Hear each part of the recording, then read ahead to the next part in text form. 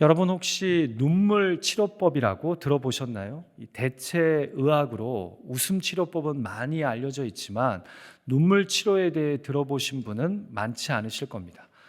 눈물이요, 단순히 안구의 건강뿐만 아니라 우리 몸 전체에 좋은 영향을 끼친다는 과학적 근거를 처음 제시한 분은 미국의 윌리엄 프레이 박사입니다.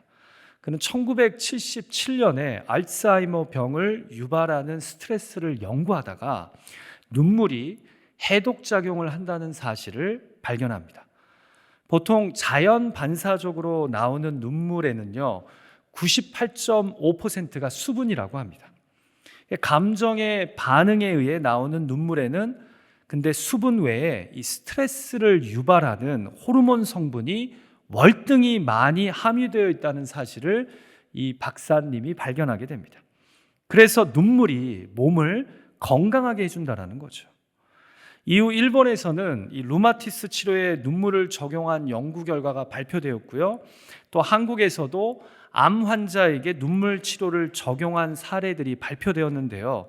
한마디로 눈물을 흘린 후에는 병을 유발하는 인자의 수치가 떨어지고 면역 활동을 활발하게 하는 항체의 수치가 올라간다는 겁니다. 왜 우리가 울고 나니 속이 후련하다 이렇게 말할 때 있잖아요. 그 말처럼 실제로 울어야 할 때 잘 울면 몸과 마음이 일종의 해독 작용을 하는 것입니다. 얼마 전에 한 감리교 목사님이 소셜미디어에 올린 글을 읽게 되었는데요. 그래서 목사님이 이런 이야기를 하시더라고요. 한국 교회의 문제는 긍정과 기쁨만 있고 고뇌와 슬픔이 없기 때문이다. 교회 강단에서는 매사에 긍정적으로 생각하라고 항상 기뻐하라고 강조하는데 그래서 오히려 말씀 안에서 울고 애통하는 성경의 아름다운 전통이 사라졌다는 겁니다. 사실 지금 한국 교회 안에는 무엇보다 슬퍼하고 고민하는 신앙의 회복이 필요한데 말입니다. 교회 안에 무책임한 낙천주의자들과 아니면 자신의 일에만 함몰된 사람들이 너무 많아서 우리가 살고 있는 이 세상에 존재하는 모순이나 갈등, 아픔에 대해 함께 슬퍼하고 눈물 흘리는 자들이 없다는 겁니다. 여러분, 제가 이 글에 참 많이 공감이 되었는데요. 실제로 생각해 보면 사복음서에서 예수님이 우셨다, 슬퍼하셨다는 기록은 있어도 웃으셨다라는 기록은 없습니다. 물론 인간의 몸을 입고 이 땅에 오신 예수님도요, 분명 사시면서 웃으셨을 겁니다. 그러나 성경의 기자들은 웃고 즐거워하신 예수님의 모습보다는 마음 아파하시고 불쌍히 여기시며 함께 눈물 흘리신 예수님의 모습을 더 중요하게 기록합니다. 예수님이 가르쳐 주신 팔복에도 보면 애통하는 자는 복이 있다고 말씀하시지 웃는 자는 복이 있다 이렇게 말씀하시지 않잖아요. 도대체 왜 성경은요, 기쁨을 이야기하면서도 동시에 슬픔을, 감사를 이야기하면서도 눈물의 신앙을 강조하는 것일까요? 저는 이 질문에 대한 힌트를요, 오늘 본문인 시편 126편의 고백에서 발견하게 됩니다. 같이 본문 5절 말씀을 다시 한번 읽을까요? 시작. 눈물을 흘리며 씨를 뿌리는 자는 기쁨으로 거두리로다. 시편의 기자가요, 매우 흥미로운 이야기를 합니다. 우리가 삶 속에서 경험하는 눈물과 슬픔이 마치 씨앗과 같다고 비유하면서 참으로 울어야, 슬퍼해야 나중에는 진정한 기쁨을 추수하게 된다는 겁니다. 그렇습니다. 어쩌면 기독교 신앙은요, 성경은요, 우리의 신앙이 그냥 피상적으로 즐겁고 기쁘고 감사하는 것에서 머무는 것이 아니라 오히려 인생의 슬픔과 눈물을 진지하게 거쳐야만 참된 기쁨을 맛볼 수 있음을 알려주는 듯합니다. 그래서 사복음서는 예수님의 웃음보다 눈물을, 기쁨보다 슬픔을 더 강조하며 보여주는 겁니다. 세상을 역류하라. 오늘은 그 네 번째 시간으로 눈물을 통해 기쁨을 만난다는 제목으로 하나님 말씀의 은혜를 나누고자 합니다. 약할 때가 곧 강함이라는, 선으로 악을 이기라는, 무릇 자기를 낮추는 자가 높아진다는 역류적 가르침처럼 오히려 울고 슬퍼함으로 참된 기쁨을 만나라는 성경의 메시지에 귀를 기울이고자 합니다. 웃음보다 눈물을 왠지 불편해하고 기쁨보다 슬픔을 터부시하는 이 시대에 오히려 눈물을 흘리며 씨앗을 뿌리라고 말씀하시는 시편 기자의 고백을 통해 우리 개개인을 향하신 주님의 음성을 들었으면 합니다. 자, 왜 눈물을 흘리며 씨를 뿌리는 자가 기쁨의 단을 거두게 됩니까? 시편 126편은 성도의 삶에 찾아오는 눈물에 대해 어떤 은혜와 도전을 우리에게 줍니까? 자, 첫 번째로 시편 126편을 통해 성경은요, 믿음의 길에 눈물 없는 기쁨만은 없다고 말씀하십니다. 여러분 다 동의하시죠? 예수님 믿어도 여전히 우리의 삶에는 눈물이, 슬픔이 존재합니다. 자, 우리가 오늘 읽은 것은 시편 126편 전체 중에서 마지막 두 절이었는데요. 사실 시편 126편은 간단하게 크게 두 부분으로 나뉘어집니다. 1절에서 3절 그리고 4절에서 6절입니다. 그런데요, 이 두 단락의 고백이 너무나 대조적입니다. 쉽게 말씀드리자면 1절에서 3절은 웃음과 기쁨이요, 4절에서 6절은 눈물과 슬픔입니다.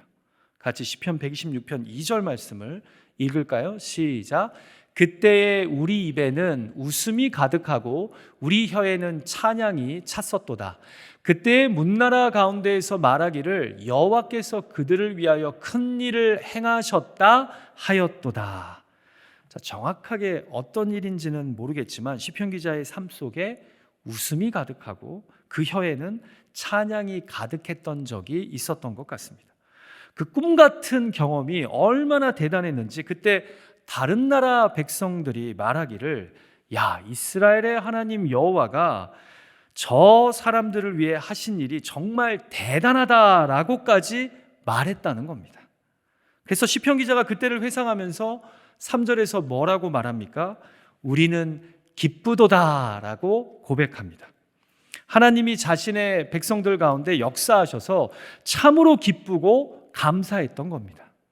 그 입에 웃음과 찬양이 떠나지 않는 겁니다.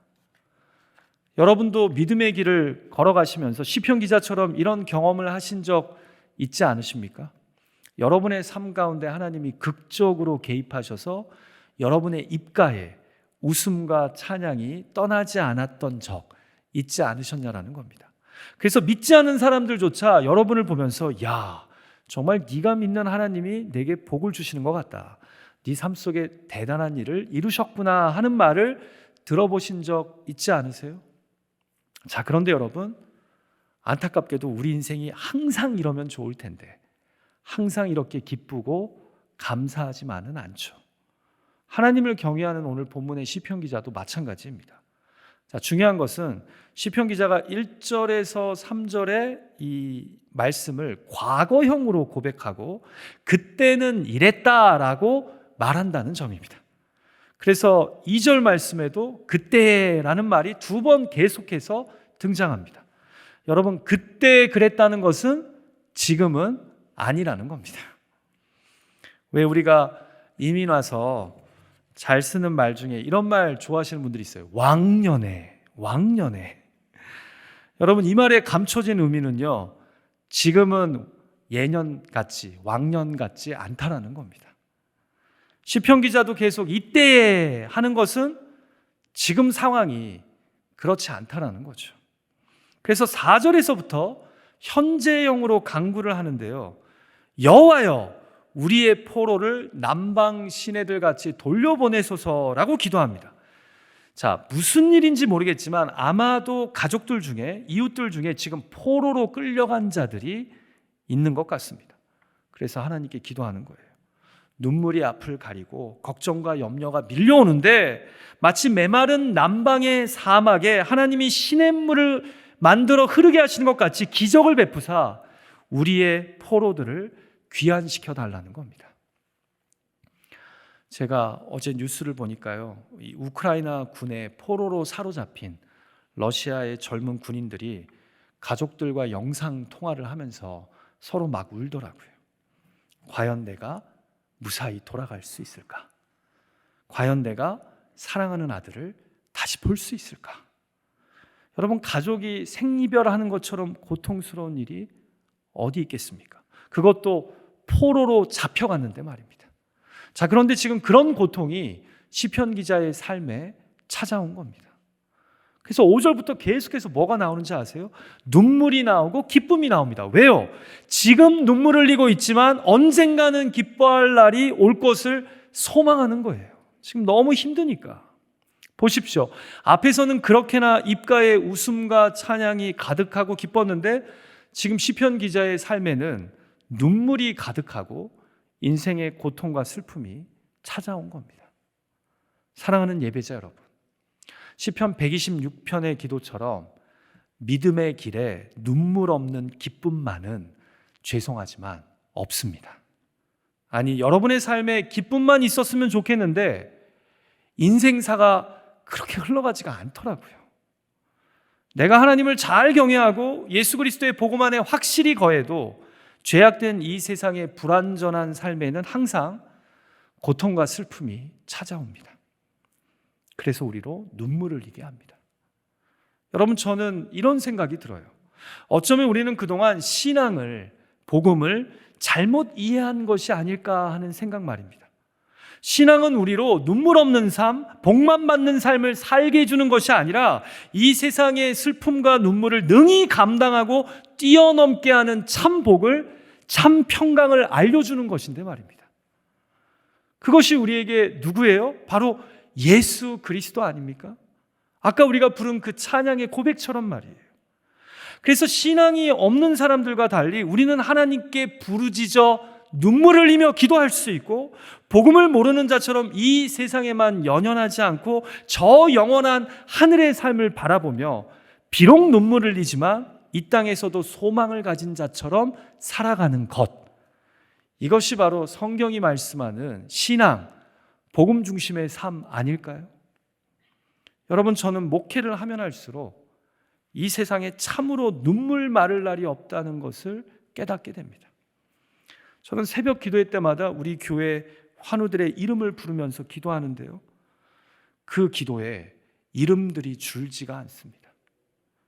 누군가가 잘 치료받고 건강하게 회복되면 또다시 누군가가 안타까운 진단을 받고 수술 날짜를 잡은 후에 저에게 기도를 나눕니다.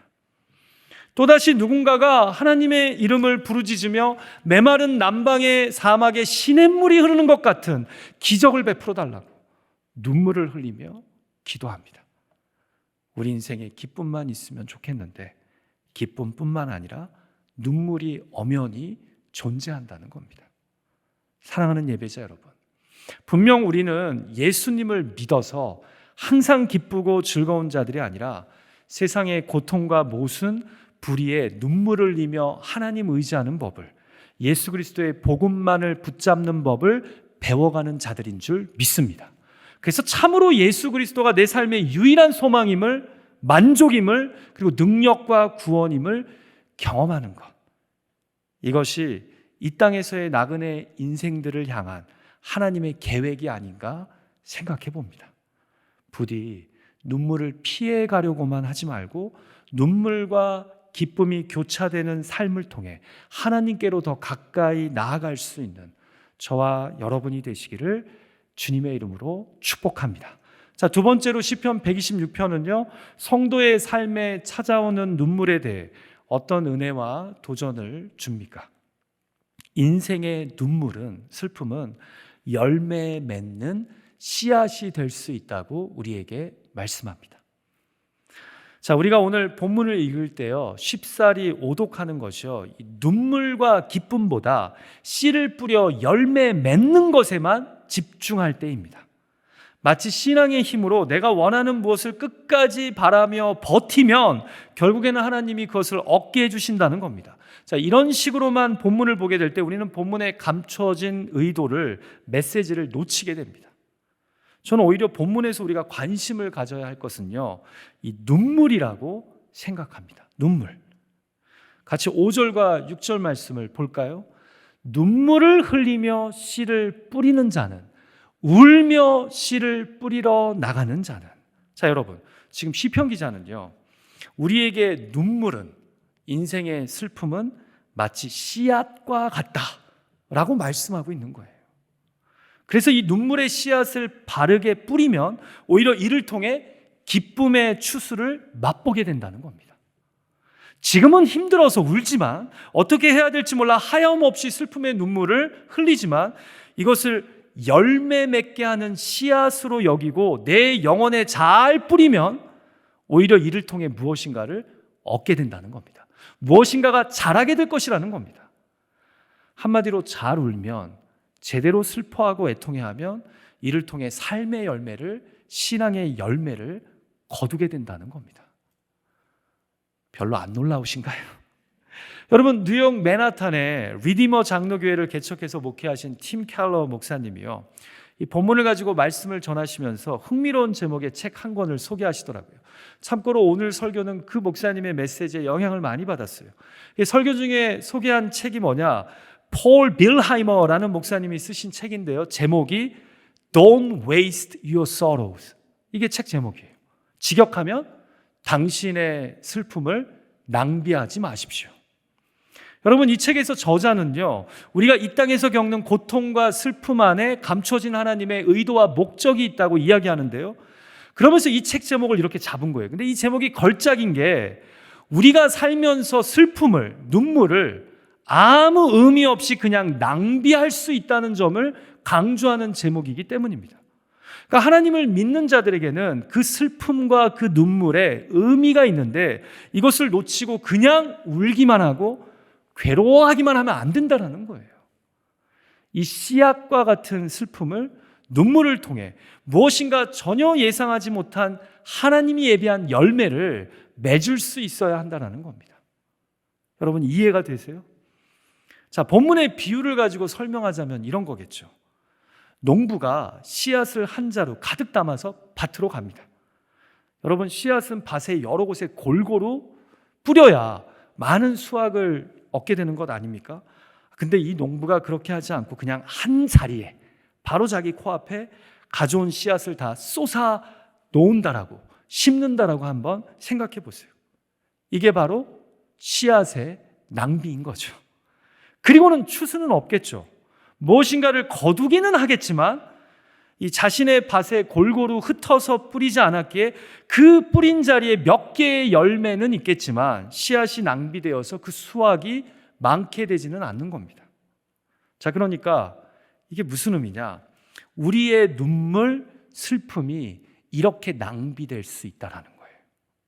우리가 인생에서 그 어떤 열매를, 성숙을 경험하지 못하는 이유는요, 바로 우리의 슬픔을, 눈물을 제대로 직면하고 다루지 않고 그냥 소비해버리기 때문이에요.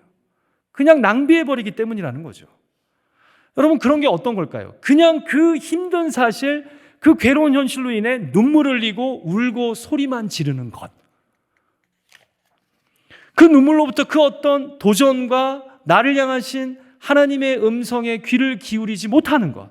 그래서 눈물이 씨앗이 될 수 있는데 자라는 것도 없고 열매 맺는 것도 없는 거예요. 그런데 지금 본문에서 시편 기자가 뭐라고 해요? 우리가 눈물의 씨앗을 잘 뿌리면, 우리가 슬픔을 낭비하지 않고 이것을 신앙 안에서 잘 받아들이면 오히려 이것을 통해 무엇인가가 우리 안에서 자라게 되고 열매를 맺게 된다는 겁니다. 여러분, 아멘이십니까? 그래서 슬픔을 잘 직면하고 내 영혼에 뿌리는 게 필요하다는 거예요. 미국의 저명한 철학자이자 신학자 가운데 니콜라스 월터스토프라고 하는 교수님이 계십니다. 제가 전에 한번 이야기했던 기억이 나는데, 이분이 오래전에 산악사고로 사랑하는 아들을 25살의 어린 나이에 떠나보냅니다. 그리고 그 슬픔 속에 쓴 책이 나는 사랑하는 사람을 잃었습니다 라는 제목의 책입니다. 이 책에서 저자는요, 자신이 상실의 고통과 슬픔 가운데 느끼고 배우고 깨달은 바를 이야기하는데요, 다 은혜롭고 아름다운 이야기만 적혀 있지 않아요. 하나님께 따지기도 하고요, 왜 이런 일이 나에게 일어난지 난 도통 모르겠다라는 솔직한 절규가 이 책에 담겨 있습니다. 그런데요, 그는 말로 형언하기 힘든 고통과 눈물의 시간을 보내다가 문득 이런 사실을 하나 깨닫게 되었다고 책에 기록합니다. 나는 이제 눈물이 고인 눈으로 세상을 보리라. 그러면 이전에 마른 눈으로는 보지 못했던 것들을 볼 수 있게 되리라. 제가 한 번 더 말씀드릴게요. 나는 이제 눈물이 고인 눈으로 세상을 보리라. 그러면 이전에 마른 눈으로는 보지 못했던 것들을 볼 수 있게 되리라. 무슨 말입니까? 아들을 떠나보내는 그 슬픔과 눈물을 그냥 낭비하지 않고 하나님을 끝까지 포기하지 못하는 그 믿음 안에서 스스로를 돌아보니까 이전에 마른 눈으로는 보지 못했던 것들이 눈물이 고인 눈에는 보이기 시작한다는 거예요. 그렇게 눈물을 낭비하지 않고 세상을 솔직하게 바라보자 나 외에 눈물을 흘리고 있는 다른 사람들이 보이기 시작하고요. 내가 어떤 사람들을 돌봐줘야 될지 보이기 시작하고요. 내가 무엇을 위해 사는 것이 헛되지 않을지가 보이게 된다는 거예요. 비록 그럼에도 계속해서 눈물이 고이는 일이 생기겠죠. 슬프니까, 어쩔 수 없는 인간이니까. 그러나 더 이상 그냥 슬퍼만 하기보다 이제는 눈물이 고인 눈으로 세상을 바라보겠다라는 겁니다. 여러분, 그래서 예수님은 마태복음 5장 4절에서 팔복을 말씀하시면서 애통하는 자는 복이 있나니 그들이 위로를 받을 것이며 라고 말씀하신 것 아닐까요? 오히려 눈물을 씨앗 삼아 하나님의 위로를 경험하는 법을, 슬픔의 시간을 통해 사랑을 주고받는 법을, 애통의 시간들을 통해 사람들을 돌보고 섬기는 법을 배우며 자라는 복된 자가 애통을 통해, 눈물을 통해, 슬픔을 통해 우리 안에 경험되기 때문입니다. 여러분, 속담 중에 이런 말이 있더라고요. 저도 이번에 설교 준비하면서 알게 됐어요. 밤새 울고 나서 누가 죽었냐고 묻는다. 여러분, 이게 무슨 말이에요? 초상집에 가서 밤새 울면서 묵상을 한 다음에 갑자기 그나저나 죽은 사람이 누구냐고 묻는 거예요. 그게 바로 슬픔을 낭비하는 자의 모습이죠.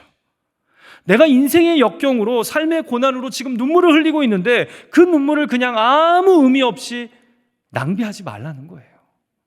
하나님을 그래도 경외하는 자로서, 예수 그리스도의 십자가 복음을 믿고 붙잡는 자로서 그 눈물을 내 영혼의 씨앗으로 삼으라는 거죠. 물론 여러분 압니다. 이런 생각 바로 들지 않아요. 처음에는 충분히 울고 슬퍼하셔야겠죠. 그러나 그 다음에는 큰 눈물을 더 이상 낭비하지 말고 내 영혼의 씨앗으로 뿌려야 된다는 겁니다. 사랑하는 예배자 여러분, 부디 여러분의 슬픔을 낭비하지 마시고 오히려 그 눈물을 통해 기도의 씨앗을, 말씀의 씨앗을 뿌리십시오. 이전에 마른 눈이 아니라 성령 안에서 촉촉하게 젖은 눈으로 세상을 바라보십시오. 그렇게 눈물을 흘리며 오히려 씨앗을 뿌릴 수 있는 저와 여러분의 삶이 될 수 있기를 주님의 이름으로 축복합니다. 오늘 지금 우리들 중에도 남모르게 눈물을 흘리는 자들이 있어요. 슬픔 가운데 있는 자들이 있어요. 부디 하나님 안에서 그 눈물을 통해 자라고 열매 맺는 저와 여러분이 될 수 있기를 간절히 소망합니다. 자, 마지막으로 시편 126편은요, 성도의 삶에 찾아오는 눈물에 대해 어떤 은혜와 도전을 줍니까? 눈물의 씨앗을 통해 우리는 기쁨의 열매를 맺게 됩니다. 자, 시편 126편은요, 우리에게 믿음의 길에 눈물 없는 기쁨만은 없음을 알려줍니다. 그리고 인생의 눈물이 신앙 안에서 무엇인가를 자라게 하며 열매 맺게 하는 씨앗이 될 수 있음을 말씀하며 세상을 영유하라고 하십니다. 자, 그런데 역설적이게도 우리가 눈물의 씨앗을 통해 맺을 수 있는 여러 열매들 중에 하나가 뭐예요? 바로 기쁨이랍니다. 기쁨. 자, 아까 말씀드렸죠. 오늘 본문 말씀은 열매를 걷는 거에 포인트를 두지 마시고 눈물과 기쁨이 계속해서 반복 강조된다는 것을 이해하셔야 돼요. 우리가 같이 시편 126편 6절 말씀 읽을까요? 시작. 울며 씨를 뿌리러 나가는 자는 반드시 기쁨으로 그 곡식단을 가지고 돌아오리로다. 그러니까 본문을 자꾸 눈물을 흘리며 참고 버티면 결국 열매 맺게 되는 말씀으로만 보시면 안 돼요. 지금 시편의 강조점은 우는 자가 나중에는 반드시 기뻐하는 자로 바뀌게 된다는 겁니다. 자, 시편 기자가 뭐라고 해요? 인생의 슬픔으로 인해 눈물을 흘리지만 우리가 눈물의 씨앗을 잘 뿌리면 반드시 기쁨의 열매를 맺게 된다는 겁니다. 누가 그 열매를 맺게 하시는 걸까요? 하나님이 그렇게 역사하시고 간섭하시는 거죠. 사랑하는 예배자 여러분, 우리 모두는요, 본능적으로 슬픔을 경험한 다음에는 기쁨이 따라오기를 기대하고 소망합니다. 내 삶이 지금 이로 인해 너무나 힘들기 때문에 슬픔이 사라지고 기쁨이 오기만을 바라는 거죠. 그래서 우리가 시편을 보면요, 눈물 뒤에 기쁨을 허락해달라고, 나의 눈물을 기쁨으로 바꿔달라는 간구가 제법 등장합니다. 예를 들어 시편 30편 5절에 보면요, 저녁에는 울음이 깃들지라도 아침에는 기쁨이 오리로다. 이 시편 기자의 간구예요. 여러분, 이처럼 우리는요, 슬픔의 시간이 끝나고 하나님께서 바로 우리에게 기쁨을 주시기만을 원해요. 자, 그런데 오늘 본문의 시편을 자세히 보면 단순히 기쁨이 오는 것, 기쁨을 경험하는 것을 뛰어넘어 더 큰 것을 바라보는 시편 기자의 모습을 보게 돼요. 그래서 단순히 슬픔 뒤에 기쁨이 따라오게만 해달라는 것이 아니라 그 기쁨이 실제로 슬픔을 통해 여러 열매를 맺게 해달라고 지금 기도하고 있는 거예요. 이게 대단한 거예요. 여러분, 그냥 단순히 기쁨을 얻는 것과 이것이 기쁨의 열매들이 된다는 것은 완전히 차원이 다른 거예요. 무슨 말이냐면 지금 시편 기자는요, 우리가 슬픔과 눈물의 씨앗을 잘 심으면 궁극적으로 이 씨앗이 자라서 우리를 더 행복하고 성숙한 하나님의 사람으로 자라게 하며 우리의 신앙의 여정에 필요한 열매들을 맺게 해준다는 거예요. 여러분, 이것이 어떻게 가능할까요? 궁금하시지 않아요? 오늘 본문의 고백을 하나님께 올린 시편 기자는 그 비결을 궁극적으로 잘 알고 있지는 않았겠지만 우리는 그리스도인으로서 아는 것이 있습니다. 바로 예수님의 삶 자체가 이 말씀을 증명해 주신다는 겁니다. 보십시오. 여러분, 예수님이야말로 슬픔으로부터 기쁨의 열매를 맺으신 분 아닙니까? 고통으로부터 놀라운 기쁨의 열매를 맺으신 분 아닙니까? 예수님의 눈물은요, 실제적으로 우리에게 기쁨을 주었습니다. 그의 고난과 슬픔은 우리의 자리를 대신했습니다. 그래서 이사야서 53장 4절을 보면 예수님의 십자가 대속을 예언하면서 이렇게 말씀하지 않습니까? 그는 실로 우리의 질고를 지고 우리의 슬픔을 당하였거늘 우리는 생각하기를 그는 징벌을 받아 하나님께 맞으며 고난을 당한다 하였노라. 보십시오. 자, 그런데 결국 예수님의 이 눈물과 슬픔을 통해 십자가 고통으로 인해 우리가 나음을, 구원을, 생명을, 기쁨을 입게 되지 않았습니까? 결국 그의 눈물은 씨앗으로 심겨지고 그 씨앗이 궁극적으로 우리 영혼을 구원하고 추수하게 만든 겁니다. 그러니까 예수 그리스도가 슬픔을 제대로 경험하심으로 참된 기쁨의 열매들을 맺게 하는 것에 본보기가 되신다라는 거예요. 여러분, 저는 이 말씀을 가지고 여러분에게 좀 도전하고 싶어요. 여러분들이 믿음의 길을 걸어가면서 세 가지 영역에서 눈물을 통해 기쁨의 열매를 거두는 법을 훈련받으셨으면 좋겠어요. 자, 첫 번째 눈물은 어떤 눈물이냐? 나의 죄악과 연약함으로 인해 눈물을 흘릴 줄 아는 여러분이 되시기를 주님의 이름으로 축복합니다. 그걸 직면하셔야 돼요. 그리고 눈물로 인해 예수 그리스도의 십자가가 우리에게 주는 회개와 자유의 기쁨을 열매를 맺었으면 좋겠어요. 여러분, 뭐니 해도 신구약 성경은요, 우리에게 자신의 죄와 연약함으로 인해 애통해하고 슬퍼하는 자들의 모습을 많이 보여줍니다. 여러분은 어떨 때 가장 진지한 눈물을 흘리셨던 것 같습니까? 제가 이렇게 제 삶을 돌아보면요, 제 인생에서 가장 무겁고 처절한 눈물은요, 저의 죄와 연약함을 깨달아 그로 인해 하나님께 눈물의 기도를 드렸을 때입니다. 저는 그때 그 눈물이 제일 무거웠다라고 생각해요. 지금도 마찬가지예요. 그런데 우리가 이렇게 예수님의 십자가 앞에 나아가 회개와 나의 연약함을 고백하며 기도할 때 예수 그리스도의 십자가가 그 눈물을 죄사함과 용서와 자유의 기쁨으로 바꿔주신다는 겁니다. 이걸 여러분들이 신앙의 여정에서 맛봐야죠. 이 눈물을 흘리고 직면해야 된다는 거예요.